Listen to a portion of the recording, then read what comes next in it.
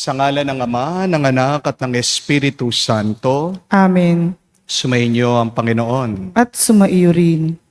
Mga kapatid, napakaraming karahasan na nangyayari ngayon sa mundo. Maraming masama ang nangyayari at nararanasan ng napakaraming tao. Patuloy ang gera sa gitnang silangan.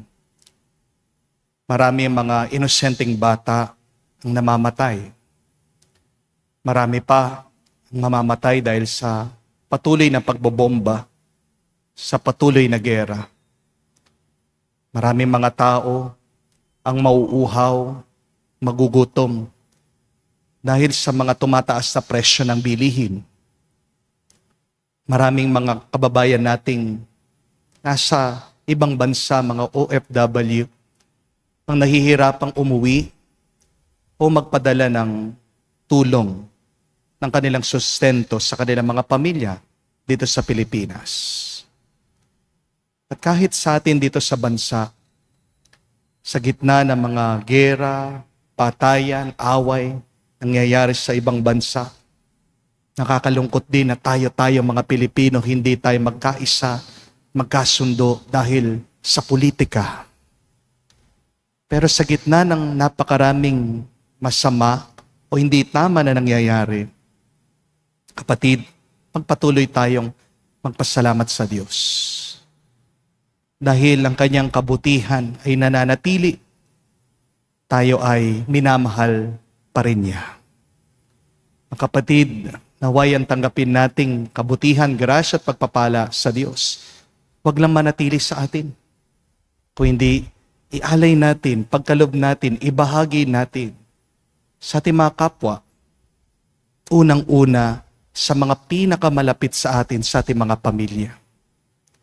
Para magkaroon ng kapayapaan sa buong mundo, mag-umpisa sana, piliin natin maging payapa sa ating mga loob. Sa mga pagkakataon na kung saan tayo mismo, nagkimkim tayo ng galit, hindi tayo makapagpatawad, hilingin natin ang awa at pagpapatawad ng Diyos para tayo makitang karapat-dapat makatanggap sa mga banal na misteryo. Inaamin ko Sa makapangyarihang Diyos at sa inyo mga kapatid, na lubha akong nagkasala sa isip, sa salita, sa gawa at sa aking pagkukulang. Kaya isinasamo ko sa mahal na Birheng Maria, sa lahat ng mga anghel at mga banal, at sa inyo mga kapatid, na ako'y ipanalangin sa Panginoong ating Diyos. kaawaan tayo na makapangyarihang Diyos, patawarin tayo sa ating mga kasalanan, patnubayan tayo sa buhay na walang hanggan. Amen. Panginoon, kaawaan mo kami. Panginoon, kaawaan mo kami. Kristo, kaawaan mo kami. Kristo, kaawaan mo kami. Panginoon, kaawaan mo kami. Panginoon, kaawaan mo kami. Manalangin tayo. Ama namin makapangyarihan, huwag mong bawiin sa amin ang iyong kagandang loob, na nagpapagindapat na kami maging iyong lingkod. Nagdudulot sa amin ng iyong palagiang pagkupkup sa pamamagitan ni Jesucristo kasama ng Espiritu Santo, magpa sa walang hanggan. Amen.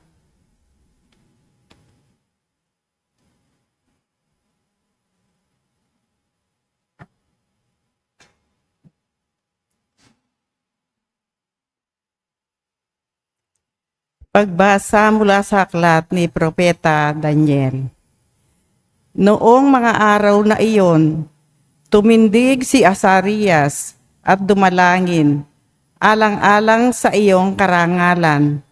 Huwag kaming itakwil habang panahon.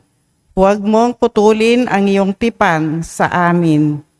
Muli mo kaming kahabagan, alang-alang kay Abraham na iyong minamahal, kay Isaac na iyong lingkod, at kay Israel na iyong pinabanal. Ipinangako mong pararamihin ang kanilang lahi, gaya ng mga bituin sa langit at ng buhanginan sa dabing dagat. Subalit ngayon, Panginoon, kami ay naging pinakamaliit na bansa dahil sa aming mga kasalanan. Kami ang pinakaaba ngayon sa sanlibutan. Wala kaming hari, mga propeta, o mga tagapanguna ngayon. Walang templong mapag-alayan ng mga handog na susunugin, mga hahin at kabanyang. Wala man lamang lugar na mapaghandugan upang kami ay humingi ng awa mo. Ngunit lumalapit kami sa iyo ngayon, nabagbag ang puso at nagpapakumbaba. Tanggapin mo na kami na parang may dalang mga baka, mga guya at libo-libong matatabang tupa na susunugin bilang handog sa iyong harapan.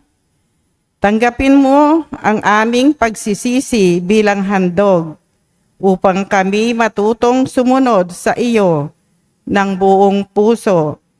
Walang nagtiwala sa iyo na nabigo simula ngayon. Buong puso kaming susunod sa iyo, sasamba at magpupuri sa iyo. Huwag mo kaming biguin. Yamang ikaw ay maamo at mapagkalinga. Kahabagan mo kami at saklolohan. Muli mong iparanas sa amin ang iyong kahangahangang pagliligtas. At sa gayoy muling dakilahin ang iyong pangalan, Panginoon, ang salita ng Diyos. Salamat sa Diyos. Poon iyong gunitain ang pag-ibig mo sa amin. Poon iyong gunitain ang pag-ibig mo sa amin. Sa kalooban mo'y ituro, O Diyos, ituro mo sana sa aba mong lingkod.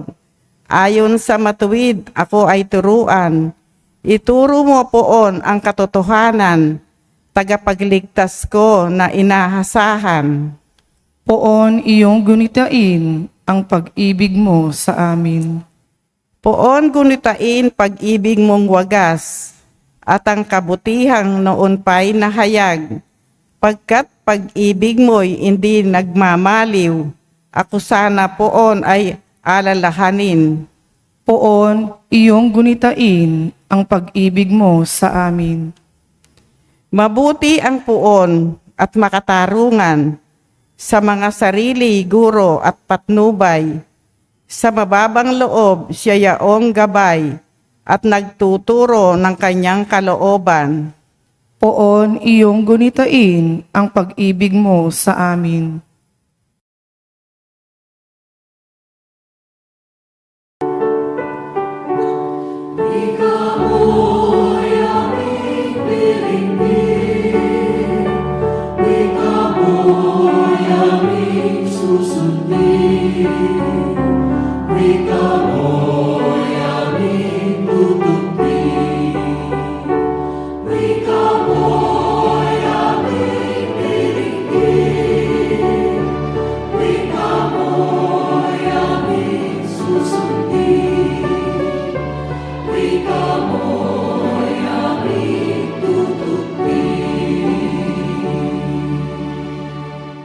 Magsisi tayong mataos, halinang magbalik loob, sa mapagpatawad na Diyos, sa Kanya tayo'y dumulog at manumbalik na lubos.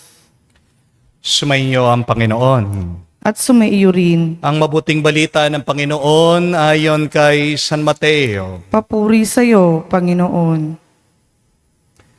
Nung panong yun, lumapit si Pedro at nagtanong kay Jesus, Panginoon, makailan kong papatawarin ang aking kapatid na paulit-ulit na nagkasala sa akin? Makapito po ba?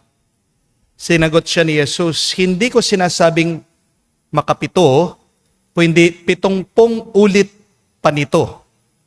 Sapagkat ang paghahari ng Diyos ay katulad nito.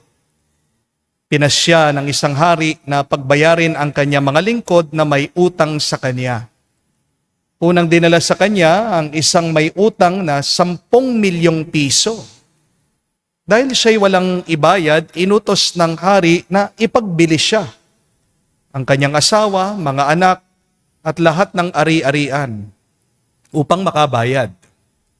Nanikluhod ang taong ito sa harapan ng hari at nagmakaawa. Bigyan pa ninyo ako ng panahon at babayaran ko sa inyo ang lahat. Naawa sa kanyang hari kaya pinatawad ang kanyang mga utang at pinayaon siya. Ngunit pagkaalis niya roon ay nakatagpo niya ang isa sa kanyang kapwa lingkod na may utang na 500 piso sa kanya. Sinunggaban niya ito at sinakal. At sabay wika, magbayad ka ng utang mo. Naglumuhod iyon at nagmakaawa sa kanya. Bigyan mo pa ako ng panahon at babayaran kita. Ngunit hindi siya pumayag. Sa halip, pinabilanggo niya ang kanyang kapwa lingkod hanggang sa ito'y makabayad. Na makita ng kanyang mga kapwa lingkod na nangyari, sila'y labis na nagdamdam. Pumunta sila sa hari at sinumbong ang nangyari. Kaya't pinatawag siya ng hari. Ikaw, napakasama mo. Sabi niya, pinatawad kita sa utang mo sapagkat nagmakaawa ka sa akin. Nahabag ako sa iyo. Hindi ba dapat ka ring mahabag sa kapwa mo? At galit na galit ang hari. Siya'y pinabilanggo hanggang sa mabayaran niya ang kanyang utang. Gayon din ang gagawin sa inyo ng aking amang nasa langit kung hindi ninyo papatawarin ang inyong kapatid.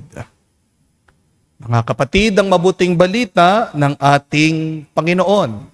Pinupuri ka namin, Panginoong Hesukristo.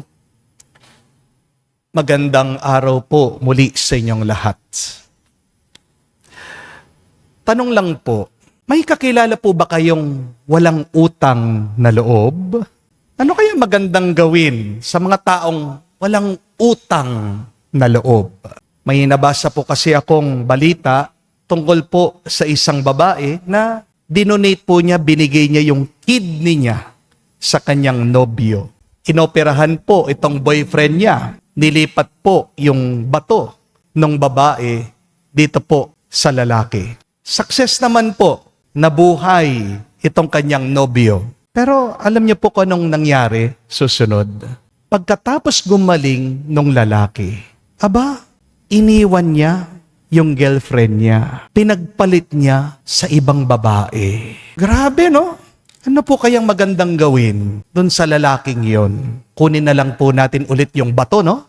Pero nakakabilib po itong babae kasi walang sama ng loob sa puso niya. At pinagdadasal pa niya yung kanyang naging nobyo. Ang tanong, kaya mo rin bang maging mabait at mabuti sa mga taong walang utang na loob?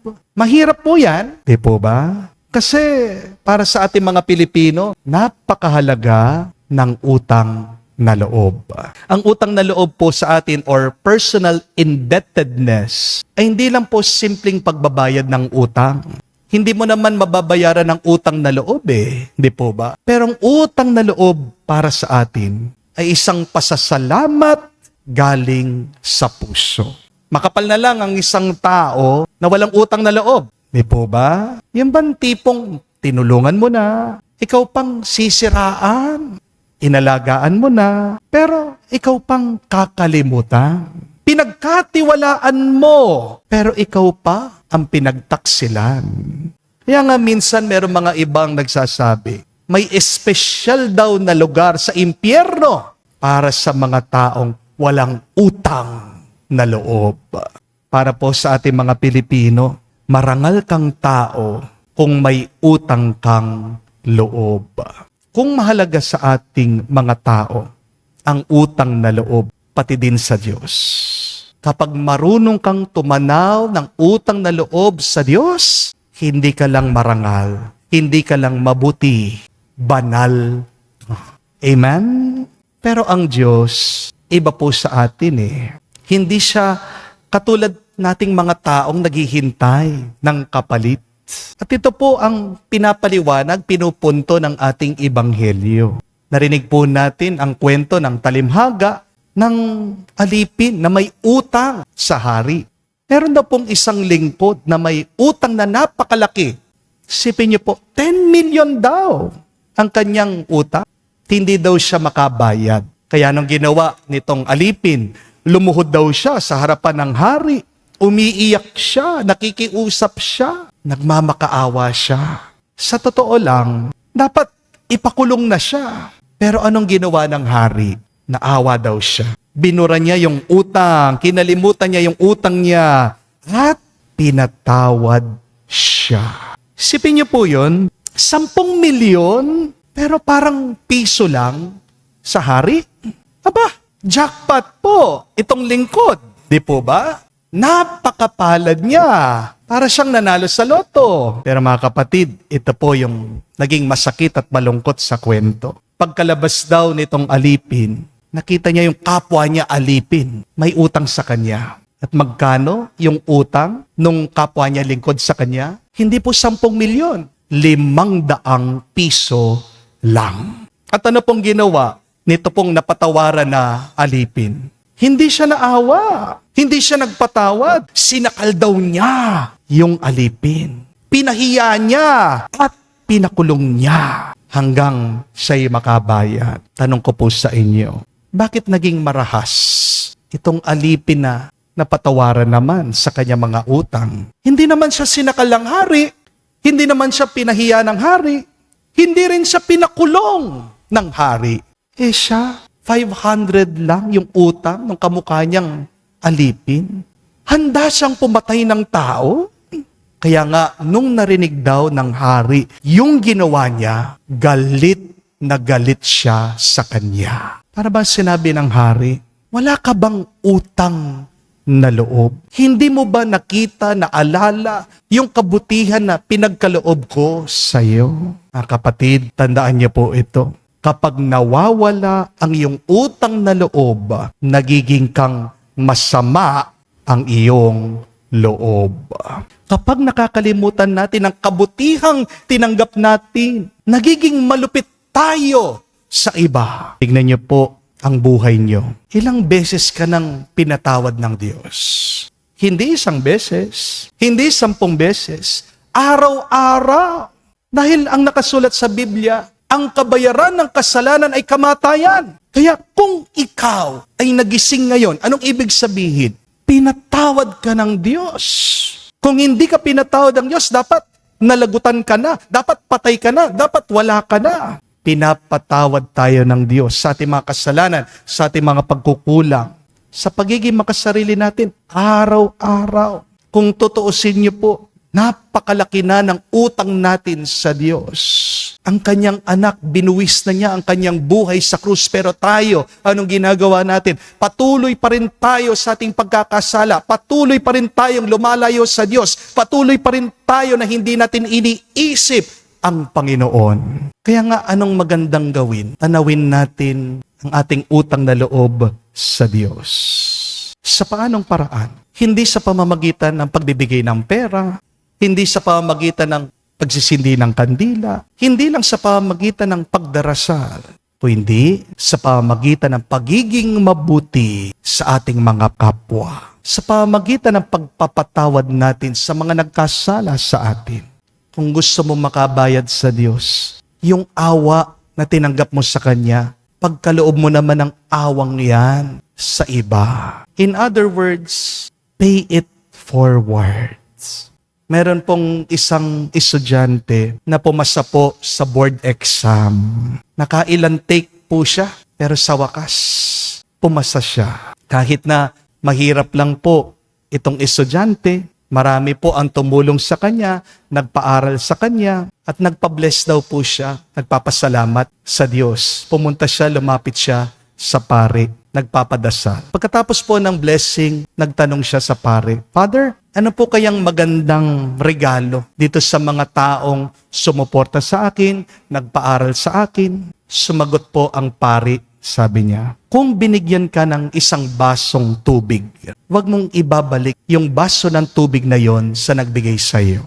Sa halip, maging ilog ka na nagbibigay tubig sa maraming tao. Ganda po, no? And I want you to remember that. If someone has given you a cup of water, do not try to give that same cup of water. Instead, become a flowing river of kindness, of love, of generosity to everyone. Because gratitude is not repayment. Gratitude is a multiplication of love. Kaya kung gusto mo talagang tumanaw ng utang na loob, huwag kang madamot. Amen? Maging mas mapagbigay ka pa. At umpisahan mo sa pagbibigay ng awa at pagpapatawad. Meron din pong isang lalaki ang gumaling sa cancer. Praise God. At nagdadasal daw po siya sa Diyos. Pumunta siya sa simbahan, lumuhod siya. Tinatanong niya sa Panginoon, Lord, paano ba kita masusuklian? Sa kabutihan na binigay mo sa akin, ikaw ang nagpagaling sa akin. At nadama daw po ng lalaki sa puso niya. Para ba siyang kinakausap ng Diyos? Sabi ng Panginoon sa kanya, kung gusto mo akong bayaran, mahalin mo ang katabi mo. Lumingon-lingon po itong lalaki. Wala naman siyang kasama sa simbahan. Mag-isa lang daw po siya. Kaya nagtanong ang lalaki, Lord, sino pong tinutukoy niyo? At sumagot daw po ang Diyos, sabi niya, basta't lahat ng mga tao na makikita mo, makakasalamuha mo, mahalin mo sila dahil parang ako na rin ang minahal mo. O nga naman po, no? Di ba turo yan ng ating Panginoong Jesucristo? Whatever you do to the least of your brothers and sisters, you do it unto me. Baka nakalimutan na po natin yan. Kaya nga, nagiging napakasama ng ating ugali. Baka nakakalimutan po yan ng ibang bansa. Kaya kaya nilang magpaulan ng mga rockets, ng mga missile, ng mga bomba. At wala silang pakialam kahit na makapatay sila ng mga maliliit na bata na nag-aaral lang. Di po ba? When you hurt other people, you're also hurting God. But when you take care of other people, when you love other people, when you're kind to other people, you're also being kind to God. Mga kapatid, tandaan niyo po, may utang na loob tayo sa Diyos. Mismong buhay natin, utang natin sa Kanya. Pero kung gusto mo siyang bayaran, itong gawin mo, maging mas mapagmahal ka pa. You can repay God by loving others. Amen? Kaya, kung pinatawad ka ng Diyos, magpatawad ka din. Kung nakatanggap ka ng awa sa Diyos, maawa ka din. Kung nakatanggap ka ng biyaya galing sa Diyos, biyayaan mo naman ang ibang tao. Ang utang na loob sa Diyos ay binabayaran sa pamamagitan ng pagmamahal at ng paglilingkod sa iba. Kung gagawin natin ito, ang ating mundo ay magiging sagana, magiging masaya, magiging payapa. Di po ba? Magdasal po tayo. Naway araw-araw palagi tayong tumanaw ng utang na loob sa Diyos. Kahit na maraming tao ngayon sa ating buhay, sa buong mundo, ang walang utang na loob, ang nagiging napakasama ng kanilang loob. Dahil kapag may utang na loob ka sa may kapal, magiging makapal ang iyong pagmamahal. Amen? Kapag marunong kang tumanaw na utang na loob sa Diyos, dito, makikita mo at mararanasan mo, magiging mabuti ang iyong loob. Hindi lang ngayon, kung hindi hanggang sa magpa sa walang hanggan. Amen. Tumaya po tayo. Alay po natin sa Diyos ang ating mga dasal at panalangin. Ating sabihin, Panginoon, dinggin mo kami. Panginoon, dinggin mo kami, ang simbahang pinalaya ng dugo ni Kristo, naway mamuhay sa pagkakasundo at kapayapaan. Manalangin tayo sa Panginoon. Panginoon, dinggin mo kami. Ang simbahang Kristiyano, naway mapagsama sa ilalim ng nag-iisang ebanghelyo ng pag-ibig. Manalangin tayo sa Panginoon. Panginoon, dinggin mo kami. Ang mga mag-asawa, naway matutong magpatawad at umunawa sa isa't isa. Manalangin tayo sa Panginoon. Panginoon, dinggin mo kami. Sa katahimikan po ng ating puso, sabihin natin sa Diyos ang ating mga personal na pangangailangan, lalong-lalo na sabihin natin magkaisa tayo sa panalangin para sa intensyon ng ating Santo Papa, Papa Leon, para sa kapayapaan sa buong mundo, matigil na sana ang gera sa gitnang silangan. Ama naming nasa langit, lagi mo nawa kaming palakasin sa iyong pag-ibig at habag at tulungan kaming maghandog ng pagpapatawad sa iba. Hinihiling namin ito sa pamagitan ni Kristo, aming Panginoon. Amen.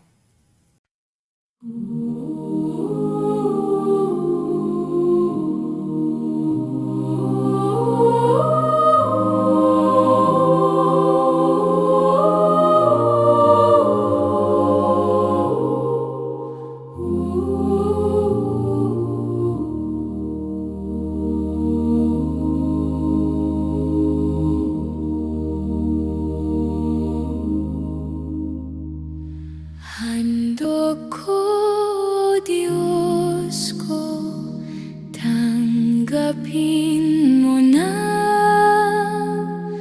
Alay ko, Diyos ko, ikalugod mo na. Nagsising puso, nagpapakumbaba. Ikatuano sana kami patawarin na.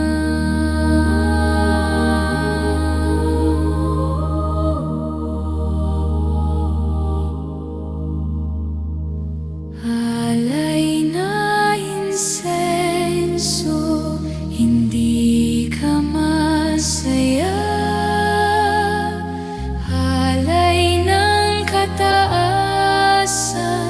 Hindi ka tangap-tangap.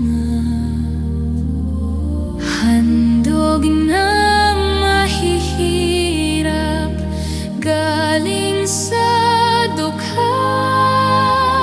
Sa'yo'y kaya-kaya, sa'yo'y katuwa-tuwa.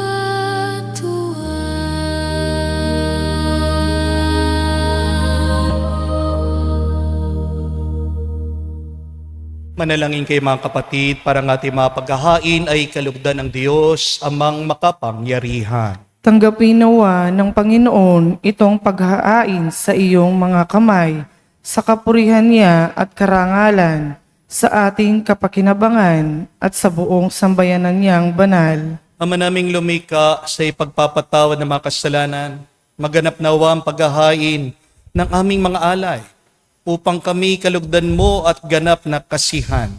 Sa pamagitan ni Jesucristo kasama ng Espiritu Santo, magpasawalang hanggan. Amen. Sumainyo ang Panginoon. At sumaiyo rin. Itaas sa Diyos sa inyong mga puso at diwa. Itinaas na namin sa Panginoon. Pasalamatan natin ang Panginoong ating Diyos. Marapat na siya ay pasalamatan. Ama naming makapangyarihan, tunay nga marapat ikaw ang aming pasalamatan. Sa pamagitan ni Jesucristo na aming Panginoon. Sa aming kusang pagtitiis ng hirap, tinutulungan mo aming maitumpak ang kinamihas ng pagsalungat sa pananagutang iyong iniatas. Sa aming pagtulad sa anak mong mahal na nagpapakasakit para sa tanan, ang pagsisikap namin iyong kinalulugdan at ang pagpapakabuti namin iyong kinararangal. Kaya kaisa na mga anghel nagsisiawit ng papuri sa iyo nang walang humpay sa kalangitan. Kami nagbubunyi sa iyong kadakilaan.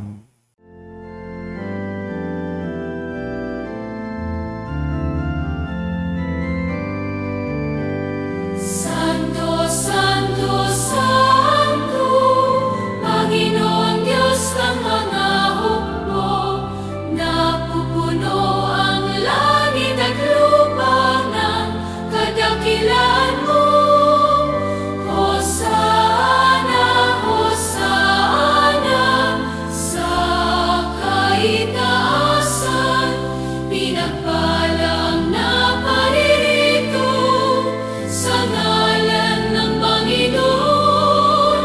Hosana, Hosana, sa kaitaasan. Hosana, Hosana, sa kaitaasan.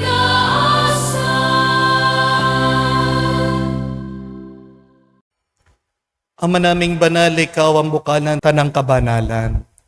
Kaya't sa pamagitan ng iyong Espiritu, gawin mong banal ang mga kaloob na ito upang para sa amin maging katawan at dugo ng aming Panginoong Hesu Kristo.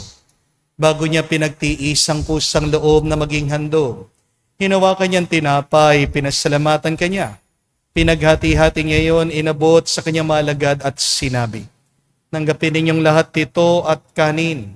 Ito ang aking katawan na ihahandog para sa inyo."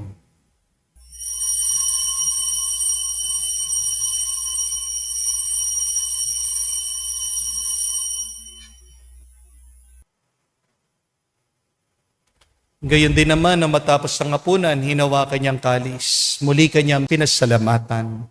Nabot niyang kalis sa kanyang malagad at sinabi, "Tanggapin ninyong lahat ito at inumin.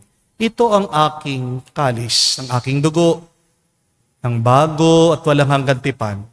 Ang aking dugo na ibubuhos para sa inyo at para sa lahat, sa pagpapatawad ng mga kasalanan.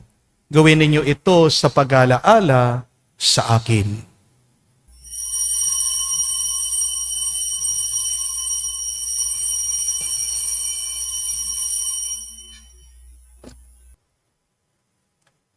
Ang misteryo ng pananampalataya.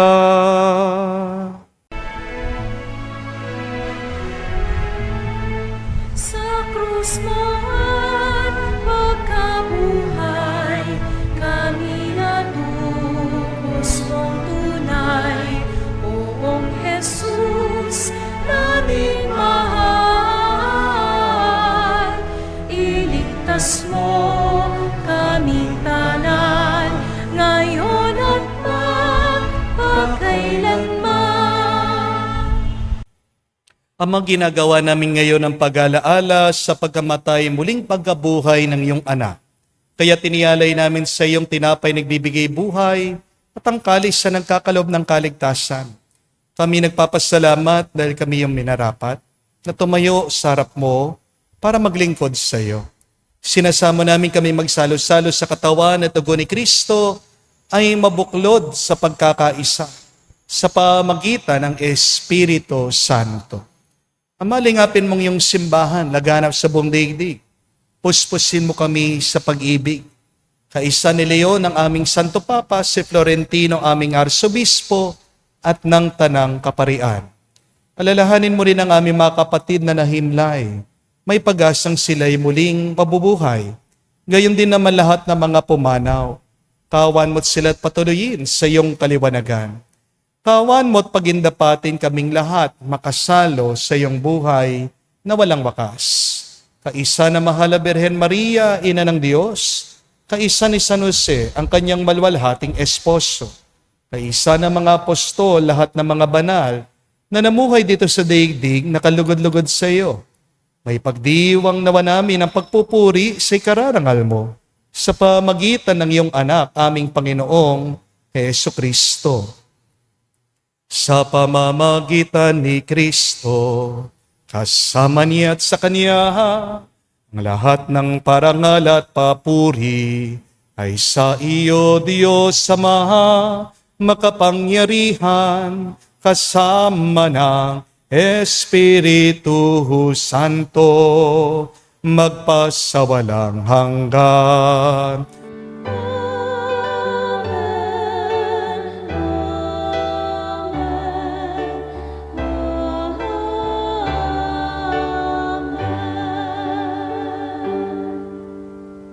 Sa nakagaling na utos at turo ni Jesus sa Panginoon natin na Diyos, ipahayag natin ng lakas, loob.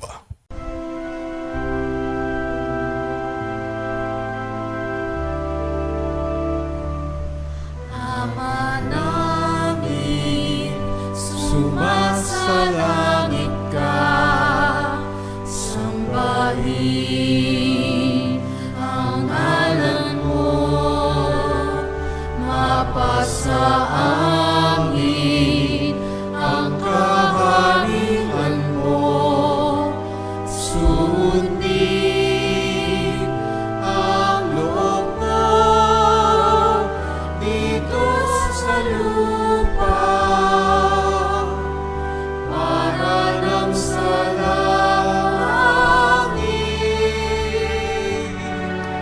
Bigyan mo kami ngayon ng aming kakanin sa araw-araw, at patawarin mo kami sa aming mga sala, para ng pagpapatawad namin sa nagkakasala sa amin.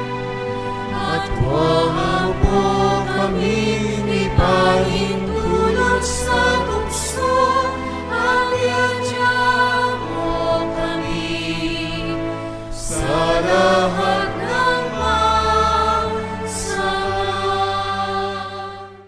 Hinihiling namin kami, Diyos, sa lahat ng masama, pagkalooban ng kapayapaan araw-araw, ligtas sa kasalanan, at ilayo sa lahat ng kapahamakan, samantalang aming pinanabikan ang dakilang araw ng pagpapahayag ng tagapagligtas naming si Heso Kristo. Sapagkat iyo ang kaharian at ang kapangyarihan at ang kapurihan magpakailanman. Amen. Panginoong Heso Kristo, sinabi mo sa mga apostol, kapayapaan ang iniwan ko sa inyo. Ang aking kapayapaan binibigay ko sa inyo. Tunghayan mo ang aming pananampalataya at huwag ang aming pagkakasala. Pagkalooban mo kami ng kapayapaan at pagkakaisa ayon sa iyong kalooban, kasama ng Espiritu Santo, magpasawalang hanggan. Amen. Kapayapaan ng Panginoon ay laging sumainyo. At sumaiyo rin. Magbigayan po tayo ng kapayapaan sa bawat isa. Pisuin niyo po, kapayapaan po sa inyong lahat.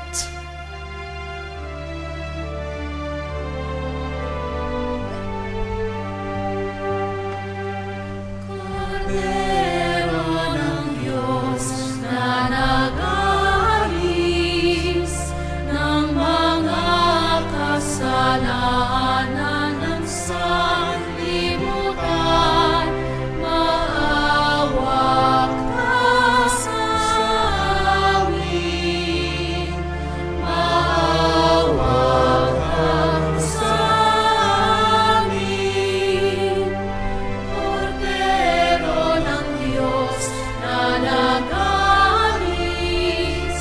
ng mga kasalanan ng sanlibutan, maawa ka sa amin. Maawa ka sa amin. Kordero ng Diyos na nag-aalis ng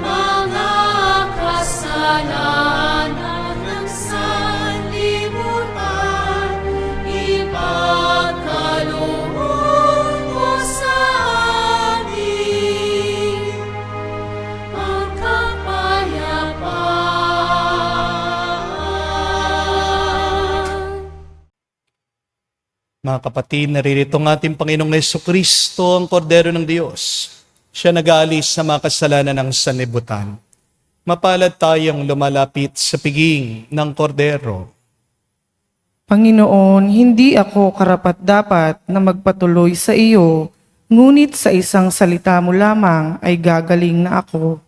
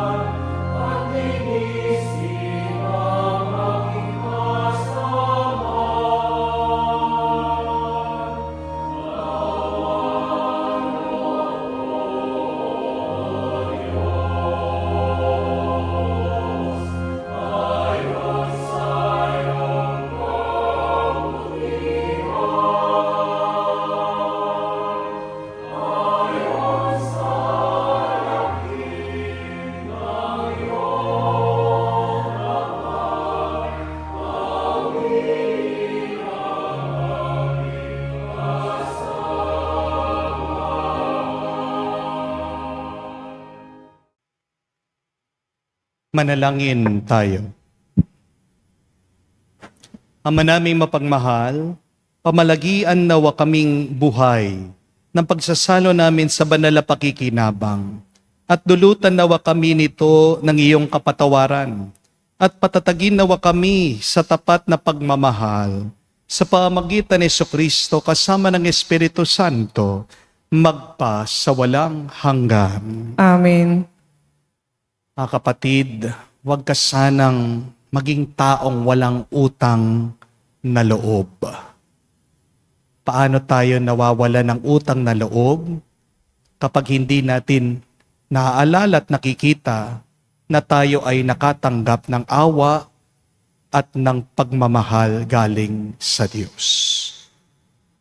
Naway tanawin mo ang utang na loob mo sa Diyos, hindi sa pamamagitan lang ng pagdodonate sa simbahan, hindi lang sa pamamagitan ng pagtitirik ng kandila, hindi lang sa pamamagitan ng pagrorosaryo, pagnonobena, kundi sa pamamagitan ng pagpapakita, pag-aalay, pagbabahagi ng awa at pag-ibig sa iyong kapwa. The best way to repay God for all of His goodness, for all of His mercy, is to be good and merciful to others. Ang taong walang utang na loob ay nagiging masama ang kanyang loob. Pero ang taong marunong tumanaw ng utang na loob sa Diyos, nagiging mabuti at maganda ang kanyang loob. Kaya habang tayo nagpapasalamat sa Diyos, harinawa ngayong araw na ito, ngayong mga susunod na mga araw, way makatulong ka, makapagbahagi ka sa iba. Kahit na nagiging mahirap ang buhay, pwede ka pa naman makapagmahal.